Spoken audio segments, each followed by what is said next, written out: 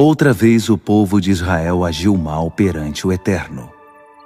O Eterno os deixou sob o domínio dos midianitas durante 7 anos. Os midianitas oprimiram Israel. Por causa deles, os israelitas eram obrigados a se esconder nas cavernas ou a construir lugares seguros. Quando Israel plantava sua lavoura, os midianitas e os amalequitas, os que viviam no leste, invadiam os campos e acampavam neles, destruindo as plantações até Gaza. Não deixavam nada para o sustento dos israelitas, nem ovelhas, nem bois, nem jumentos. Com os seus rebanhos e tendas, chegavam e tomavam conta da terra, como numa invasão de gafanhotos. Eles possuíam uma quantidade incrível de camelos, que pisoteavam o solo e destruíam tudo. O povo de Israel, reduzido à pobreza pelos midianitas, clamou pela ajuda do Eterno. Depois que certa vez o povo de Israel clamou ao Eterno por causa dos midianitas, o Eterno lhes enviou um profeta com esta mensagem. O Eterno Deus de Israel declarou: Eu libertei vocês do Egito, eu libertei vocês da escravidão, resgatei vocês da crueldade do Egito e depois de todos os opressores. Eu os eliminei da sua presença e entreguei a vocês a terra deles. Ele disse a vocês: Eu sou o Eterno, seu Deus. Não tenham medo nem por um instante dos deuses dos amorreus que existem na terra em que vocês estão vivendo. Mas vocês não deram ouvidos a mim. Um dia, o anjo do Eterno sentou-se debaixo do carvalho que está em Ofra, pertencente a Joás, o ebiesrita. Gideão, seu filho, malhava o trigo num tanque de esmagar uvas, escondido dos midianitas. O anjo do Eterno apareceu a ele e disse: O Eterno está com você, poderoso guerreiro. Gideão respondeu: Comigo, Senhor. Se o Eterno está conosco, por que estamos nesta situação? Onde estão todas as maravilhas que nossos pais e avós nos contavam, afirmando: o Eterno nos libertou do Egito? Na verdade, o Eterno não quer saber de nós. Ele nos entregou nas mãos dos midianitas. Mas o Eterno insistiu: Use a força que você tem. Liberte Israel da opressão dos midianitas. Sou eu quem está enviando você. Gideão respondeu: Eu, Senhor? Como é que eu poderia libertar Israel? Olhe para mim. Meu clã é o menos importante de Manassés, e na minha família eu sou o menor.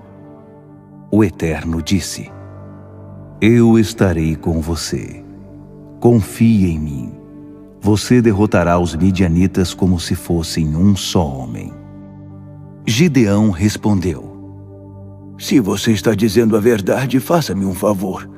Dê-me um sinal para que eu possa acreditar no que você está dizendo. Não saia daqui até eu voltar com um presente para você. Ele disse: Pode ir, eu espero. Gideão foi preparar um cabrito e providenciou uma grande quantidade de pães sem fermento. Utilizou mais de uma arroba de farinha. Arrumou a carne num cesto e o caldo numa panela, e depositou a comida à sombra do carvalho, uma refeição sagrada. O anjo do Eterno disse: Tome a carne e o pão sem fermento. Ponha-os sobre aquela pedra e despeje o caldo em cima. Gideão fez conforme a instrução do anjo. O anjo do Eterno estendeu a ponta do cajado que carregava e tocou a carne e o pão. Na mesma hora, saíram chamas da pedra, e elas queimaram a carne e o pão, enquanto o anjo do Eterno sumia de vista. Gideão finalmente entendeu que aquele era o anjo do Eterno. Gideão disse: Ah, Senhor Eterno, eu vi teu anjo face a face. Mas o Eterno o tranquilizou: Não se preocupe, não se apavore, você não morrerá. Gideão construiu ali um altar ao Eterno e deu a ele o nome de A Paz do Eterno, ainda chamado assim em Ofra dos Abiesritas. Naquela mesma noite, o Eterno disse a Gideão: Tome o melhor novilho de 7 anos de seu pai. Destrua o altar de Baal que é de seu pai, e derrube o poste sagrado de Azerá que está do lado do altar. Depois, construa um altar dedicado ao Eterno, seu Deus, no topo do monte. Tome o novilho escolhido e ofereça como oferta queimada, utilizando a madeira do poste sagrado de Azerá que você derrubou. Gideão escolheu 10 homens entre seus empregados e fez exatamente o que o Eterno tinha ordenado. Mas por causa dos seus familiares e vizinhos, teve medo de oferecer o sacrifício em público. Então fez isso à noite. De manhã cedo, o povo da cidade ficou chocado ao ver o altar de Baal destruído, o poste de Azerá derrubado e o novilho queimando sobre o altar recém-construído. Eles perguntavam: "Quem fez isso?" E continuaram perguntando, até que veio a resposta: "Foi Gideão, filho de Joás." Os homens da cidade exigiram de Joás: "Traga seu filho para fora, ele deve ser morto, porque destruiu o altar de Baal e derrubou o poste de Azerá." Mas Joás enfrentou a multidão que o pressionava, dizendo: "Vocês vão lutar a favor de Baal? Vocês querem salvá-lo? Quem quiser defender Baal estará morto amanhã. Se Baal é mesmo Deus, deixem que ele mesmo lute e defenda seu altar." Naquele dia, o povo apelidou Gideão de Jerubaal, porque depois de ter destruído o altar de Baal, ele disse: "Deixem que Baal se defenda." Depois disso, todos os midianitas e amalequitas, os povos do leste, se uniram, atravessaram o rio e acamparam no vale de Jezreel. O Espírito do Eterno se apoderou de Gideão. Ele tocou a trombeta, e os abiesritas se prontificaram a combater do lado dele. Ele enviou mensageiros por todo o território de Manassés, convocando os homens para a guerra. Enviou mensageiros também a Azer, Zebulon e Naftali, e todos atenderam à convocação. Gideão disse a Deus: "Se for isso mesmo, se quiseres libertar Israel como disseste, vou deixar um pedaço de lã no lugar em que malhamos trigo. Se de manhã o orvalho estiver apenas na lã e o chão ao redor estiver seco, vou entender que desejas me usar para libertar Israel como prometeste." E foi o que aconteceu. Quando ele se levantou logo cedo, espremeu a lã, e havia orvalho suficiente para encher uma tigela. Gideão disse a Deus: "Não te irrites comigo, mas tenho outro pedido. Vou fazer mais um teste com a lã. Só que desta vez a lã deve ficar seca e o chão encharcado de orvalho." Deus fez acontecer isso naquela mesma noite. Apenas a lã ficou seca, enquanto o chão ao redor estava molhado de orvalho.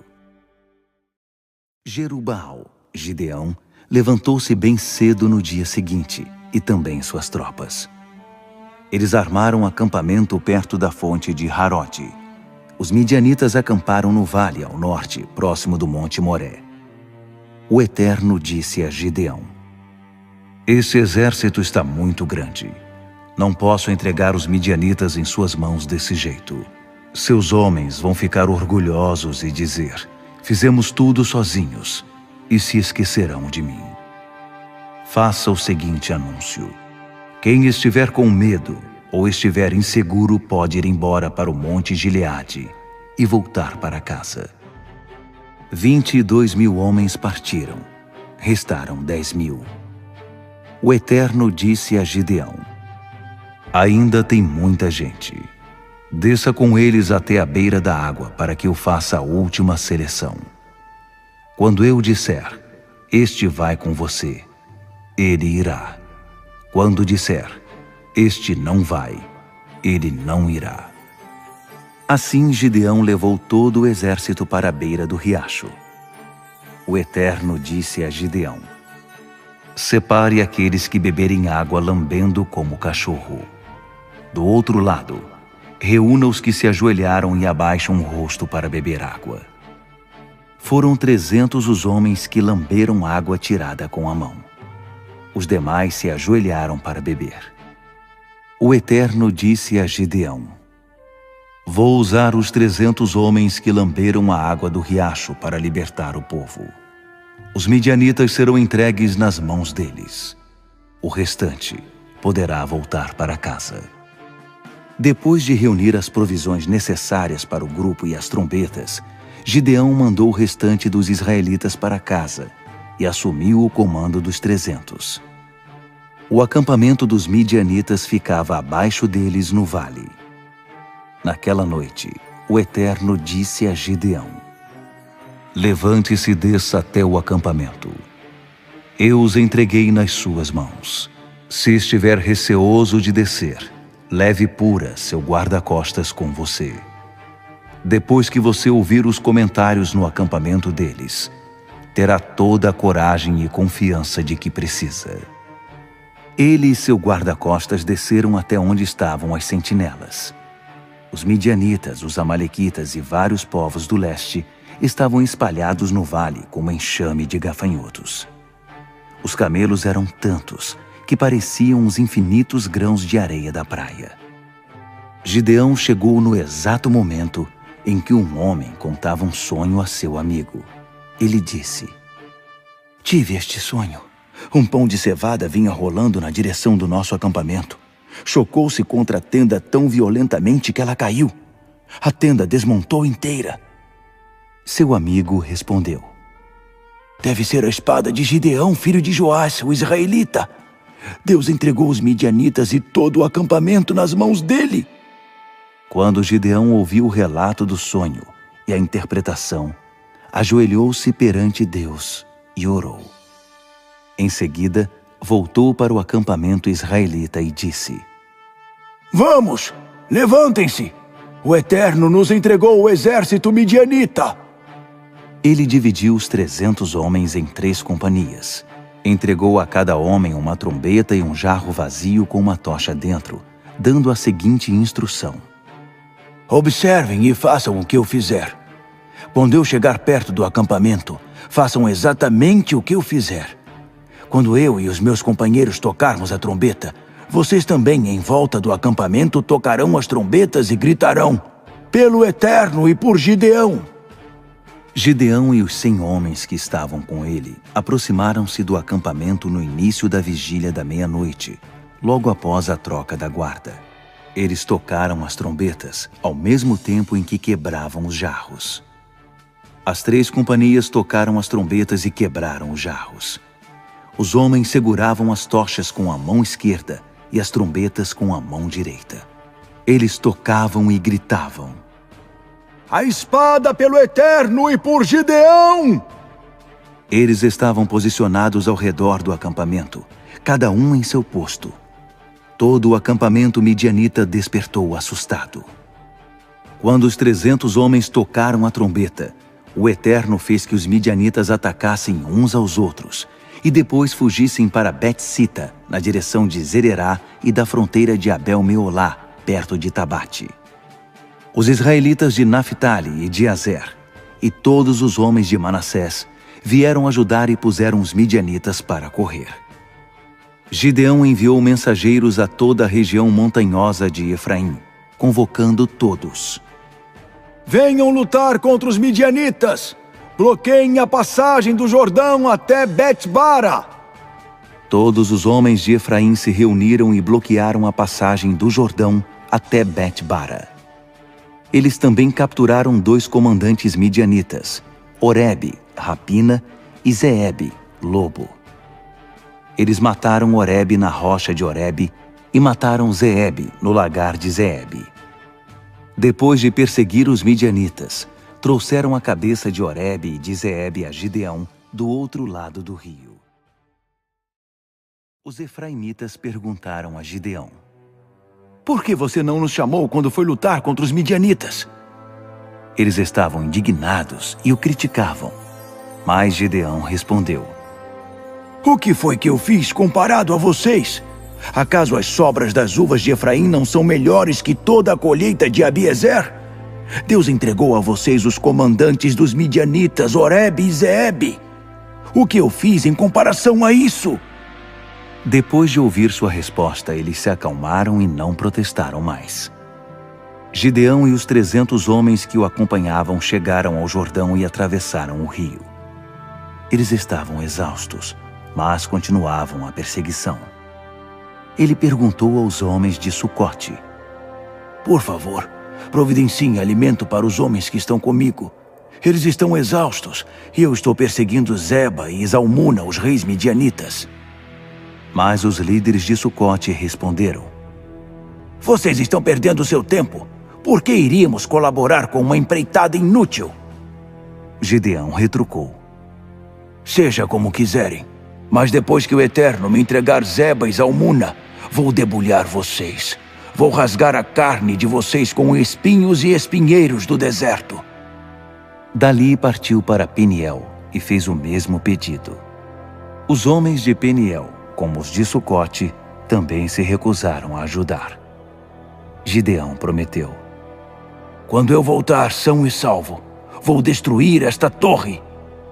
Zeba e Zalmuna estavam em Carcor com um exército de 15.000 homens, os que sobraram dos exércitos dos povos do leste. Eles haviam perdido 120.000 soldados. Gideão subiu pela rota dos nômades, a leste de Noba e Jogbeá, e encontrou o acampamento sem defesa e o atacou. Zeba e Zalmuna fugiram, mas ele perseguiu e capturou os 2 reis midianitas. O acampamento inteiro entrou em pânico. Gideão, filho de Joás, voltou da guerra, passando pela subida de Heres. Capturou um jovem de Sucote e o interrogou. O jovem escreveu o nome das 77 autoridades de Sucote. Então Gideão procurou os homens de Sucote e disse: "Aqui estão Zeba e Zalmuna. Vocês zombaram de mim dizendo que eu nunca iria capturá-los. Vocês não quiseram dar nem sequer uma sobra de pão para os meus homens exaustos e ainda nos ridicularizaram, dizendo que o nosso esforço seria inútil." Gideão prendeu os 77 líderes de Sucote e os rasgou com espinhos e espinheiros. Depois, destruiu a torre de Peniel e matou todos os homens da cidade. Ele perguntou a Zeba e Zalmuna: "Contem-me sobre os homens que vocês mataram em Tabor." Eles responderam: "Eram homens muito parecidos com você, cada um deles com fisionomia de príncipe." Gideão disse: "Eram meus irmãos, filhos da minha mãe. Juro pelo Eterno que se vocês não os tivessem matado, eu não mataria vocês." Dito isso, ordenou a Jéter, seu filho mais velho: "Mate esses 2. Mas ele não conseguia. Não teve coragem de usar a espada contra eles, porque era muito jovem. Zeba e Zalmuna disseram: "Faça você mesmo, se for homem." Assim, o próprio Gideão pôs fim à vida de Zeba e Zalmuna. Ele confiscou os enfeites do pescoço dos camelos deles. Os israelitas pediram a Gideão: "Seja o nosso rei, você, seu filho e seu neto. Você nos libertou da tirania dos midianitas." Mas Gideão respondeu: "De modo algum, eu ou meu filho reinaremos sobre vocês. O Eterno é que reinará." Gideão prosseguiu: "Mas tenho um pedido. Cada um de vocês me entregue um brinco do despojo que tomaram." Os ismaelitas usavam brincos de ouro. Por isso, todos os homens estavam com a bolsa cheia desses brincos. Eles responderam: "Sem problema, são seus." Eles estenderam um pano e cada um depositou ali os brincos do despojo. Os brincos de ouro que Gideão pediu pesaram cerca de 20 quilos, fora os enfeites, os pingentes e as roupas luxuosas dos reis midianitas e os enfeites do pescoço dos camelos. Gideão usou ouro para fazer um colete sacerdotal e o exibiu em sua cidade, em Ofra. Todo Israel cometeu profanação ali. Gideão e sua família também foram seduzidos por ela. Os israelitas quebraram a tirania dos midianitas e não se ouviu mais falar deles. Enquanto Gideão viveu, a terra esteve em paz por 40 anos. Jerubaal, filho de Joás, voltou para casa e ali ficou. Gideão teve 70 filhos. Ele foi o pai de todos eles, pois tinha muitas mulheres. Sua concubina de Siquém também deu a ele um filho, que recebeu o nome de Abimeleque. Gideão, filho de Joás, morreu em idade avançada. Foi sepultado no túmulo de seu pai, em Ofra dos Abiesritas. Mal Gideão foi sepultado, e o povo de Israel se desviou e se prostituiu com Baal. Elegeram Baal-Berite como seu Deus. O povo de Israel se esqueceu do Eterno, seu Deus, que os tinha livrado de todos os seus opressores. Também não foram leais para com a família de Jerubaal, Gideão, considerando-se o bem que ele havia feito a Israel.